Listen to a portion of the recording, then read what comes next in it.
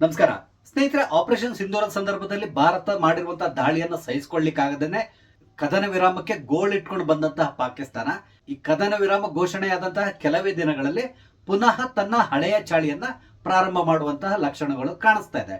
ಎಷ್ಟೊಂದು ಪಾಕಿಸ್ತಾನ ಅದು ಬದಲಾಗುವಂತ ಸಾಧ್ಯತೆಗಳು ಇಲ್ವೇ ಇಲ್ಲ ಅಂತ ಹೇಳ್ಬೋದು.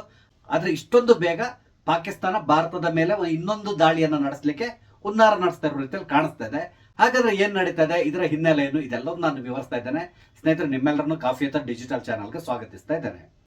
ಸ್ನೇಹಿತರೆ, ಆಪರೇಷನ್ ಸಿಂಧೂರದ ಸಂದರ್ಭದಲ್ಲಿ ಏನೆಲ್ಲ ನಡೆದಿದೆ ಅನ್ನೋದು ನಿಮ್ಗೆ ತುಂಬಾ ಚೆನ್ನಾಗಿ ಗೊತ್ತಿದೆ. ಅದ್ರ ಬಗ್ಗೆ ಪುನಃ ನಾನು ಹೇಳ್ಬೇಕಾಗಿಲ್ಲ.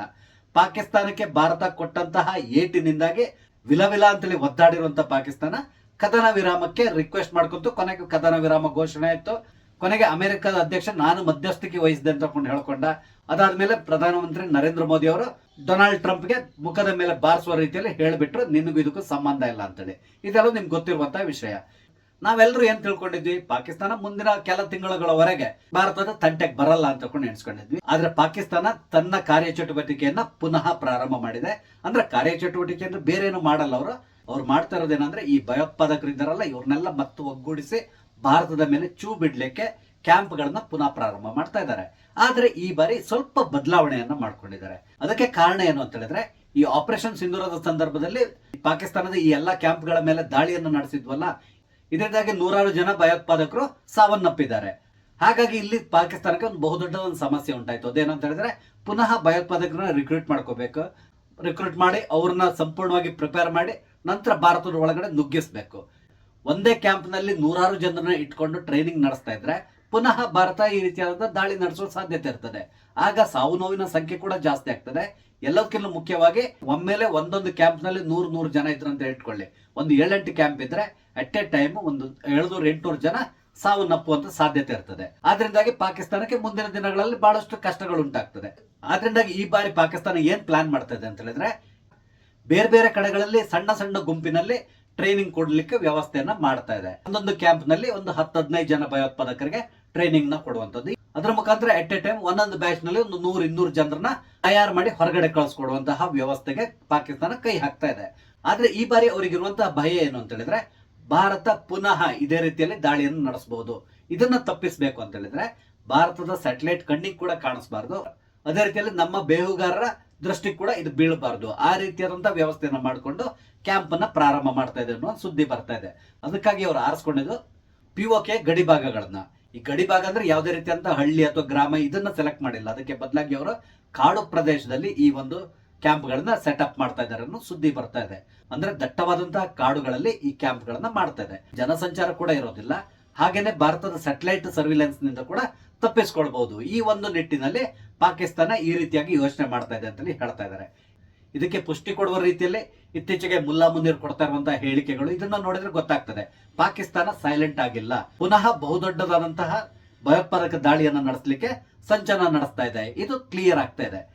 ಈ ಮುಲ್ಲಾ ಮುನೀರ್ ಏನ್ ಹೇಳ್ತಾ ಇದ್ದಾನೆ ಅಂತ ಹೇಳಿದ್ರೆ, ಭಾರತ ಈ ದಕ್ಷಿಣ ಏಷ್ಯಾದ ಭಾಗದಲ್ಲಿ ಬಹುದೊಡ್ಡದಾದಂತಹ ಭಯೋತ್ಪಾದಕ ರಾಷ್ಟ್ರ ಆಗಿದೆ. ಇವರೇ ಎಲ್ಲ ಭಯೋತ್ಪಾದಕರ ಹುಟ್ಟು ಹಾಕ್ತಾ ಇದ್ದಾರೆ. ಭಾರತವೇ ಪಾಕಿಸ್ತಾನದಲ್ಲಿ ಅಲ್ಲಲ್ಲಿ ಭಯೋತ್ಪಾದಕರ ದಾಳಿಯನ್ನ ನಡೆಸ್ತಾ ಇದೆ. ಆ ಮುಖಾಂತರ ನಮ್ಮ ದೇಶದ ಸ್ಥಿರತೆಯನ್ನ ಹಾಳು ಮಾಡ್ಲಿಕ್ಕೆ ಭಾರತ ಕೈ ಹಾಕಿದೆ ಅಂತ ಹೇಳ್ತಾ ಇದ್ದಾರೆ. ಈತ ಮಾತಾಡ್ತಾ ಇರೋದು ಬಲೂಚಿಸ್ತಾನ್ ಲಿಬರೇಷನ್ ಆರ್ಮಿ ಇದೆಯಲ್ಲ ಅವ್ರ ಬಗ್ಗೆ. ಬಲೂಚಿಸ್ತಾನ್ ಲಿಬರೇಷನ್ ಆರ್ಮಿ ಅವರು ಪಾಕಿಸ್ತಾನದ ವಿರುದ್ಧ ಹೋರಾಟ ನಡೆಸ್ತಾ ಇದ್ದಾರೆ. ಈ ಹೋರಾಟ ಇತ್ತೀಚೆಗೆ ತೀವ್ರಗೊಂಡಿದೆ. ಅಲ್ಲದಿನ ಪ್ರತಿದಿನ ಪಾಕಿಸ್ತಾನದ ಒಂದಲ್ಲ ಒಂದು ಕಡೆಯಲ್ಲಿ ಆತ್ಮಾಹುತಿ ದಾಳಿ ನಡೀತಾ ಇದೆ, ಅಥವಾ ಪಾಕಿಸ್ತಾನದ ಸೈನಿಕರ ಮೇಲೆ ದಾಳಿ ನಡೀತಾ ಇದೆ. ಈ ದಾಳಿಗಳ ಹಿಂದೆ ಭಾರತ ಇದೆ ಅಂತ ಈ ಮುಲ್ಲಾ ಮುನೀರ್ ಹೇಳ್ತಾ ಇದ್ದಾನೆ.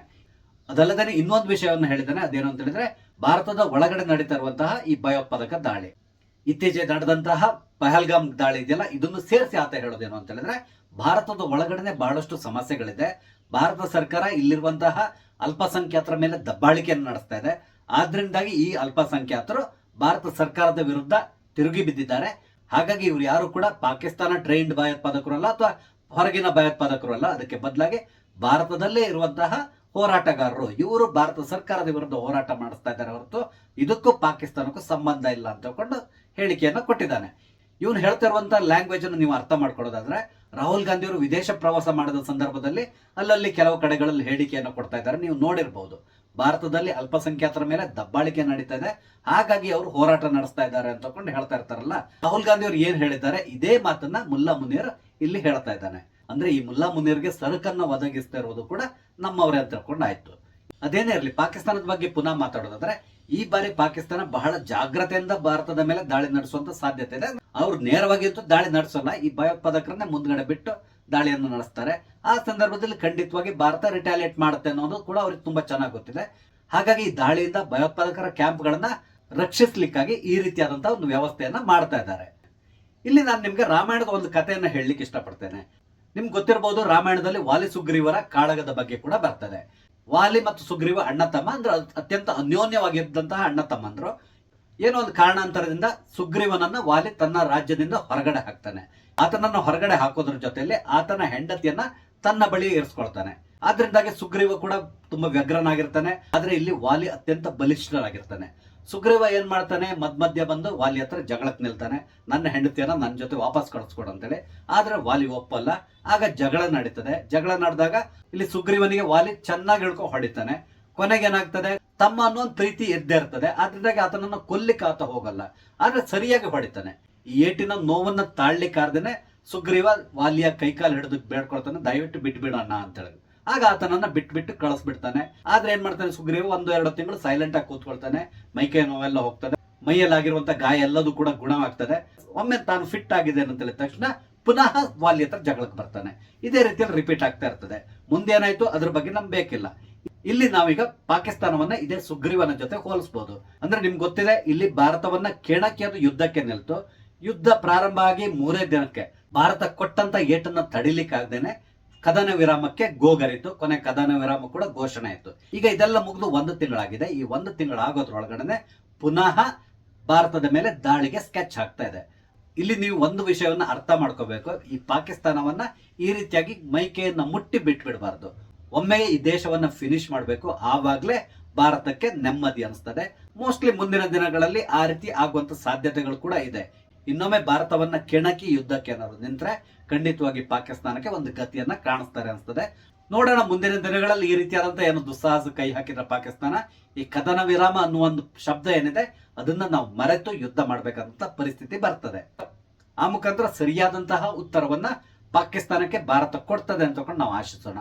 ಸ್ನೇಹಿತರೆ, ನಾನು ಹಂಚ್ಕೊಂಡಂತ ವಿಷಯ ನಿಮ್ಗೆ ಇಷ್ಟ ಆದ್ರೆ ದಯವಿಟ್ಟು ಲೈಕ್ ಮಾಡಿ, ಶೇರ್ ಮಾಡಿ, ಹಾಗೆ ದಯವಿಟ್ಟು ನನ್ನ ಚಾನಲ್ ಸಬ್ಸ್ಕ್ರೈಬ್ ಮಾಡಿ.